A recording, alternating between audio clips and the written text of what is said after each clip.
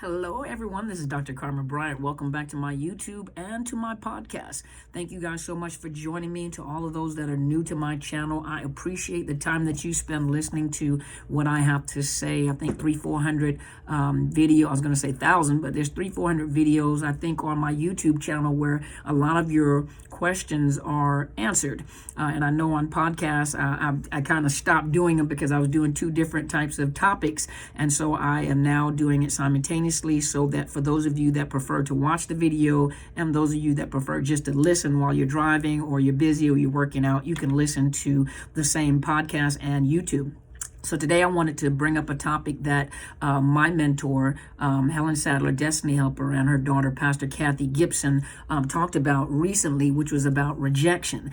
And if you go back to the videos, if you go look on Periscope, you'll find, look under Pastor Kathy, where she had her mom as guest, Apostle Helen Sadler. And I just want to go back and I want to reiterate some things that were talked about and bring it to you here, because I know some of you do not follow them on other social media platforms. But I wanted to talk about rejection. A lot of you were born into families that had narcissistic parents. And those of you that were born into families with narcissistic parents know that narcissists cannot connect. And so, you have that skin on skin bonding with a child, where the mother breastfeeds and they bond with that child, with that oxytocin begins to activate, and it creates a bond between that mother and that child. But as you know, dealing with a narcissist, you're basically trauma bonded. You're trauma bonded to that individual. And so there's no real bond with that narcissistic parent or mother, And as you grow up, you're constantly walking around in your home stressed. The child is stressed. You never know what that parent is going to act like. You never know whether you're going to get loved. You don't know what it's like to be loved. You don't know what it's like to feel comfortable, and one of the biggest things is that you are rejected. And this is some of the things that were talked about as a topic in her video, Kathy Gibson and Apostle Helen Sadler in the video that I wanted to bring up, and hopefully you guys go back and listen, and one of the things that was said is that rejection is when a person deems you invalid. They have determined that you are invalid and that you have no purpose in this life or in this world. You serve no purpose. Well, with a narcissist, you know that with a parent, a lot of times they have a child, and a lot of times people kind of ignore them because they're just toxic. And so when they have a child, they notice all the attention that they get after they have a baby. So they have this baby and they notice that this baby serves a purpose. People are watching, people are talking to me, people are coming around. So they almost like hold the baby out as a bait to bring you in. And if you ever watch them, like if they do, for example, birthday parties, it'll start off as the child, but if you watch long enough or if you're a part of it long enough, it turns out everything about them. So it starts off as the child's birthday, but then everything turns back around to that narcissist because it's all about the narcissist. They can't help it. That's how they are. But a narcissist is also a child or a grown child that has experienced a lot of rejection. The difference is they turn inward and they cannot turn outward. So they have a personality disorder. But with rejection, a person, especially like with a narcissist, they have determined themselves that you are not valid. You are invalid and you serve no purpose in this world because you no longer serve them a purpose. So they generalize that you serve no purpose in this world. You have no purpose. And as Apostle Sadler was saying, is that you live your life on buffeting. You're buffering. So your phone buffers because it's trying to find a connection. It's trying to find the Wi-Fi connection, or they're trying to find the tower connection in order to provide you with services. And so you live your life buffering. You're in constant search mode, as she said, in constant search mode. And I'll add this to it. You're in constant search mode, looking for validation, looking for acceptance, looking for safety, looking for love. And it's almost like your compass is off because your compass should have been set as a child. When you are in a home with a narcissistic family member, parent, we're talking about the parents at this time, parent or parents, they're the ones that calibrate that compass, or that in the military, the azimuth. They calibrate that compass. So in life, you are walking in the direction of healthy relationship based off of what you've learned from that parent. But when you're dealing with a toxic parent, for example, a narcissist, that compass is off. And so in life, it's almost like it's always true north is pointing toward west. So everything is always off. And you are constantly searching for something that you did not get. You're hungry. You're hungry all the time. You're looking for something because you're hungry. You're starving. You grew up in this house, but you're starving for attention. You're starving for validation. You're starving, for someone to pay you attention. You're starving just to get a validation, just to say good morning, just to say I love you, just to say thank you so much. You're starving for that. And so you go out in life unprepared and you're searching for, your compass is searching, which is, remember that magnetic north, your compass is off. And so you're constantly in search mode looking for that validation. And how do you think that narcissist comes into your life? Because number one, you're accustomed to being in a toxic relationship like that. So that's all you know. So you grow up in life thinking this is all that I deserve. This is all that I know. And there is nothing better than this. If you're accustomed to eating a certain type of food all the time, you don't know it because you've never introduced yourself to anything else or have been taught anything else. That's the best food you've ever had until you taste something else and then you leave that alone. Well, likewise, in coming out of narcissistic households, you've dealt with rejection, abandonment, abuse, and that's all that you're accustomed to. So you grow up invalidated. You feel like you don't belong in this earth. You have no purpose in life. But if you think about it, those of you that are recovering and starting to write books and starting to counsel people and starting to coach people, you serve a purpose, and your pain served as a basic training. It's not that that God determined that this is what you're going to go through. That's what you're going to go through. No, it just so happened that the family that you were in, that this is what you went through with that family. They were toxic family members. But just because these people had you or gave birth to you doesn't mean that they have the right to raise you. And sometimes as you get older, you get in touch with a mentor, a pastor, a counselor, and they almost raise you back up. They raise you from the point of your stagnation. They raise you up as parents, as sisters, as cousins, as aunties, as pastors, as emotional healers. And they take you from where you are and they have to raise up the little child inside of you and raise you up to your chronological age. And some of you are wounded people and you're wounded adults, but there's a wounded child inside of you. But rejection plays a powerful role in your life because all your life, all you're doing is looking for that validation. And guess what that narcissist does? Number one, a person that is rejected, abandoned, and hurt and wounded like that tends to tell everybody about their wound. They bleed out in front of everyone. Everyone can tell that you're wounded by the words that you say, by the things that you say. And a lot of times you get into one of those woe is me. And I understand that people want to be validated, but sometimes you're being validated by the wrong people. And so it's always a woe is me, and I can never, and it always happens, and but you have what you say you have. You have to guard your mouth and your words, and you have to direct your mind and your words in the direction you want to go. I'm going to get over this. I'm going to heal. See, those are positive information. I'm going to heal. I'm going to get over this. And as I'm learning, I'm going to teach other people because no one deserves to go through this pain. And whatever I have to do to educate myself, whatever I have to do, you're not stuck in the situation that you're in. You can come out of the situation that you're in. You're never too old. You're never too young. There is sources of information. There is, for example, they do have domestic violence programs and centers and help and advocates. You find the right one and they'll help you out of the situation, but it's a matter of a mindset change. Because if you have been wounded and rejected, you can get out of the situation, but remember when people say that you can take a person out the ghetto, but you can't take the ghetto out of them, because poverty is a mindset. It's not, you can be a millionaire, but still have a ghetto or poverty mindset.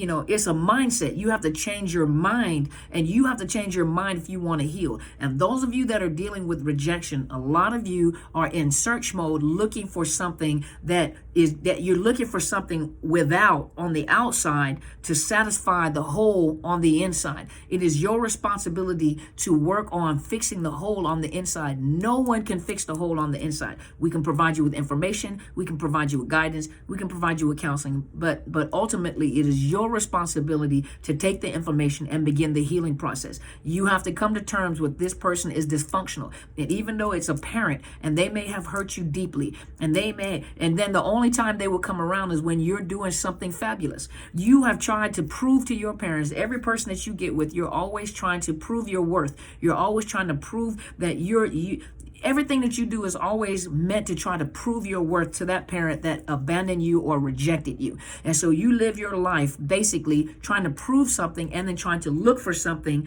on the outside to try to fix what's going on the inside. on the outside, the inside, on the inside. And a lot of times what you'll find is that when you become successful, when your name is known, when people know who you are, when you're a book writer, a playwright, a screenwriter, a rapper, a singer, a artist, people know your name, all of a sudden that narcissist parent comes back around. And when that narcissist parent comes back around, they're not coming around and they'll give you, remember, they're love bombing you.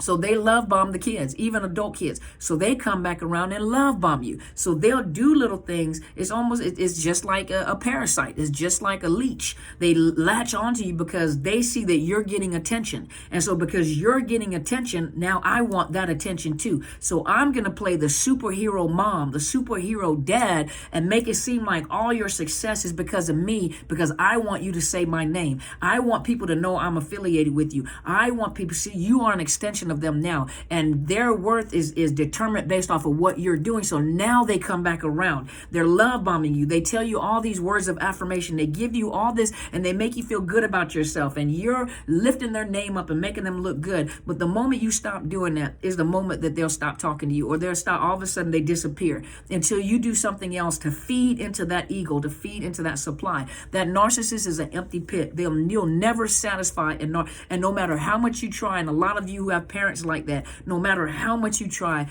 no matter what you do and the efforts that you put forward, it would never, ever be enough. And when you come to grips with that, you have to remember there are people out there that will be your surrogate parent, your mentor, a pastor, an elder, someone that may have, lost their children or lost connection with their children and actually have regret. Not another narcissist, but has regret, or a mentor, someone that will take you and adopt you, and they will provide you with the parenting that you need. They will give you the hugs that you're looking for. Don't look for it, because it is your responsibility to heal within. That's why I always emphasize in every video I come in, I emphasize, a lot of you need to go to counseling. You need to go to counseling first, because you have to deal with some deep, deep wounds. And some of you are dealing with the wounds of rejection. Some of you as an adult, you're still dealing with the wounds of rejection, and you have this bleeding heart and these holes in your heart, and whatever is in you is what is magnetized to you. You have wounds, you're going to get a predator.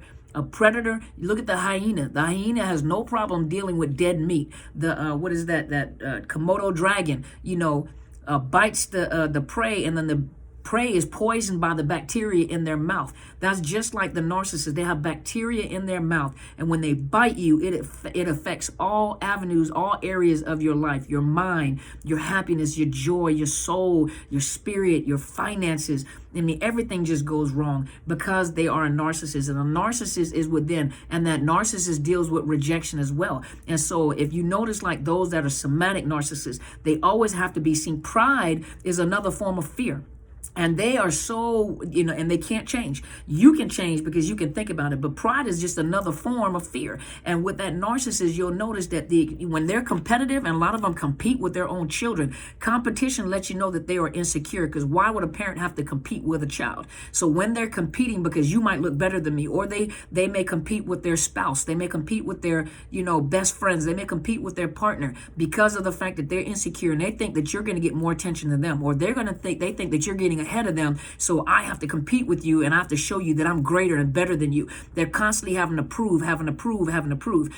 That's why you see them a lot of times. They're always showing off their outside stuff, their aesthetics, the stuff that they have, what they drive, the cars that they drive. You always hear them talking about it, even in a nonchalant, there's never a casual conversation with a narcissist. Everything that the narcissist does, they do it for a reason. There's a purpose behind it. Even in what we would consider a casual conversation, guarantee you that as you're talking to them, they're going to brag about something that they have, the cars that they drive, the person that they're dating, the home that they live in, the business that they have, the clothes, the people that they meet, the people that they know. Everything it doesn't matter what they're talking about. Somehow or another, it's going to come out, because all the attention needs to be on me. So think about it. Some of them grew up in a narcissistic home as well. And some of them were rejected. And then if the parent grew up and they're guilt parenting, and so they're overcompensating for the parent that's missing, and they make that child a golden child, and you're the best, and and so they grow up entitled. And so now they're entitled. Look at me, look at me, look at me. If anybody starts looking at anyone else, I'm going to do something dramatic to make you look at me. Look at me. Look at the cars I'm driving. Look at the clothes that I wear. Look what I'm doing. Look, and you notice they're always taking pictures to show you their wealth. And some of them are not wealthy. Some of them are just irresponsible. And they'll use anybody that they can get to make themselves look good. And they grow, and the further they go up, the more people that they get, the more people, the flying monkeys that they get, the easier they're bored. And so they're never fulfilled. And so it's just like a high. You get high off of this, but it's never enough. So you need more, you need more, you need more, you need more. And it's never enough. A narcissist can actually implode. They'll just blow up from the inside out because it's never enough. They're never satisfied. And some of you are looking, when will the karma hit? Well, stop looking for the karma, because as long as you're looking for the karma, or you're looking for what comes around goes around, it's not going to happen, because for some of it, it's not meant for you to see it. These are miserable individuals, and what is inside of them is what comes out. So in every relationship, they're destructive, they're sabotaging, because on the inside they're sabotagers.